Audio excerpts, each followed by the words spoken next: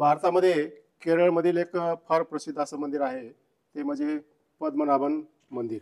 हे पद्मनाभाचं मंदिर आपल्याला केरळाप्रमाणेच वाठोर या गावामध्ये सुद्धा पाहायला मिळेल.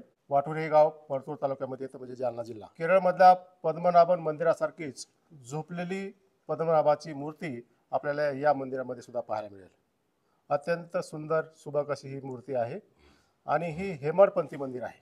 फार जुनं मंदिर आहे आणि या मंदिराची जी पूजा अर्चा करणारे जे पुजारी आहेत त्यांच्याकडूनच आपण आज या मंदिराविषयी माहिती घेणार आहोत. काका, तुमचं नाव सांगा. गणेश पुंडलिकराव वाया रामदासी. गणेश पुंडलिकराव वाया रामदासी. हा. कशाचं मंदिर आहे हे? शेष नारायण केरळमध्ये सुद्धा एक मंदिर अशाच प्रकारचं आहे. कोणतं आहे ते? पद्मनाभ. त्याला शेषनारायण म्हणतात का? हा, मूर्ती एकच. आता हे जे मंदिर आहे हेमाडपंथी मंदिर आहे, किती वर्षाचं असेल हे? त्रेता युगामध्ये हा प्रभू रामचंद्र अवतीर्ण झाले. हा म्हणजे त्रेता युग, द्वापार युग. हा त्रेता युग संपला आणि द्वापार युगच्या बाउंड्रीवरचे हे मंदिर. म्हणजे त्याचे वर्ष कसं समजायचे वर्ष त्याचे? त्याचं म्हणजे हं? हा विष्णू परमात्माचा अवतार झाला हा आणि नंतर रामरूप सोडून कृष्ण झाले ते. हा म्हणजे पद्मनाभ म्हणजे कृष्णाचा अवतार आहे का? हा, विष्णू विष्णूचा अवतार आहे. राम कृष्ण पद्मनाभ शेषनारायण हा हे विष्णूचे अवतार. बर. आता हे तुम्ही या मंदिराची दररोजची पूजा अर्चा करताय, तुम्ही कधीपासून करताय? 1968. लग्न केले का? नाही, लग्न नाही. रामदासी. हा 1968ला मॅट्रिकची परीक्षा दिली हा आणि महाराजांनी आणलं. बर. त्याच्या अगोदर मला काही माहीत नव्हतं. हा मंदिर, धर्म, देव, हा हा शिक्षण. बर. त्यांच्या कृपेनं आलो. बर. तुमच्या सगळ्यांच्या आशीर्वादानं आतापर्यंत चाललं. सेवा करतायत. आता मंदिर मला मधून दाखवा जरा थोडं. मंदिर म्हटलं आपण मधून दाखवा म्हणलं. आज जाऊन हो हो. तुम्हाला हे बदलवलं. हे का? नाही नाही, इथलं बाहेर हा, चालेल. आपण आता मंदिरामध्ये जाऊ आणि हे हेमाडपंथी मंदिर आहे ते कसं आहे मधून ते पण आपण पाहू. आपण पाहता हे सगळे हेमाडपंथी ह्याच्यामध्ये कुठला चुना सिमेंट वगैरे वापर केला जात नव्हता.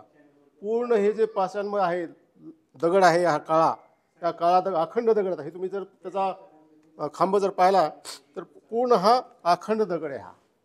आणि दगडावर दगड रचूनच हेमाडपंथी मंदिर बांधलं जातं. पूर्ण हे दगडामधलं बांधकाम आहे हे. आणि बॅलन्सिंग जो प्रिन्सिपल आहे तो बॅलन्सिंग प्रिन्सिपल या हेमाडपंथी मंदिरामध्ये फार महत्त्वाचा असतो. कारण ह्याच्यामध्ये बाकीचं कुठलाही मटेरियल नसतं, फक्त दगडावर दगडच रचलेले असतात. तर ही मुख्य प्रवेशद्वार आहे त्यांचं. पहा तुम्ही, ही अखंड दगडामध्येच त्यांनी प्रवेशद्वार केलेलं आहे. तुम्हाला म्हणलं दगडावर दगड. आता ही पूर्ण दगड आहे इथपर्यंत आणि हा आडवा दगड जो आहे तो एक दगड आहे, म्हणजे ह्याच्यावर तो दगड रचलेला आहे. अशी दगडावर दगड रचलेले आहेत. तर आपण मुख्य प्रवेशद्वारामध्ये आलो.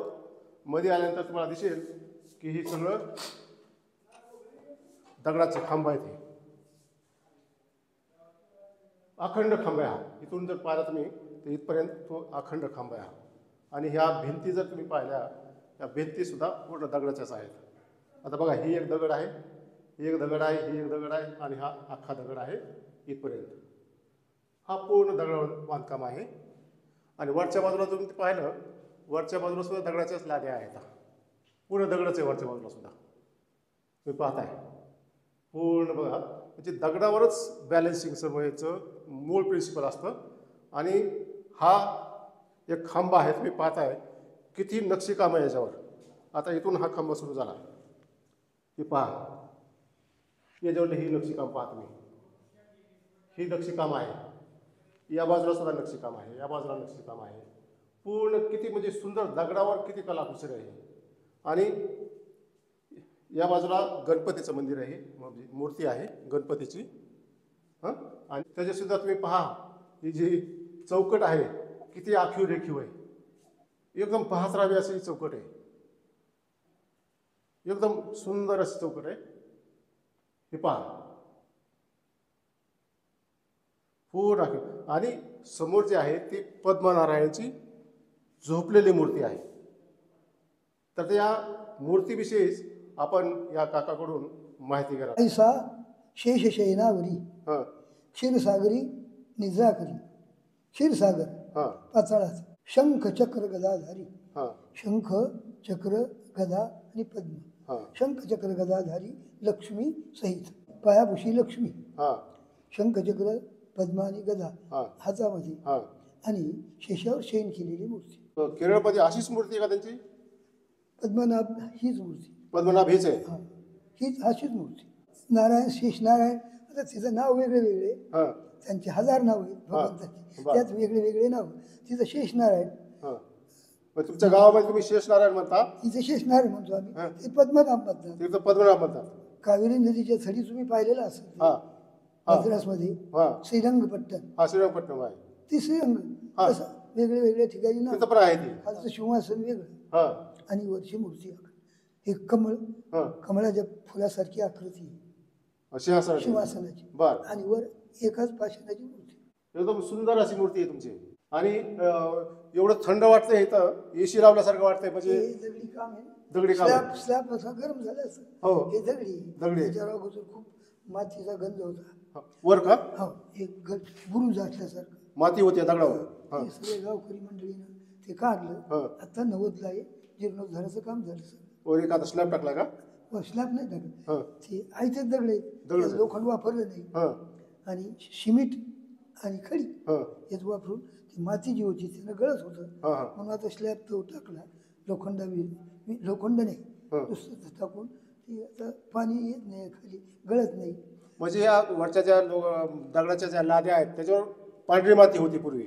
हा, माती काढून टाकली, हा त्याच्यात 1.5-2 फूट माती ठेवली, हा त्याचा चिखल केला हा पाणी हा. आणि त्यात याच मंदिरावर इतकी लांब हा. आणि एवढीच रुंद वीट, हा. 1000 वीट निघली.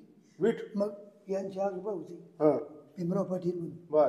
ते होते. हा आता त्यावेळेस माझं वय कमी होतं. हा मग आता म्हणलं तुम्ही मोठे, हा. मी तुम्हाला बोलू शकत नाही, पण आपण जर ह्या इथे सगळं माती काढून टाकली हा. आणि स्लॅब केला हा सिमेंट, तरी इतकं तापल आहे आपल्याला मध्ये येऊ देणार नाही. हा म्हणून माझी इच्छा आहे, आबा होते आपले, हा म्हणलं ही आपण मातीचा चिखल करू, त्यात वीट फसू.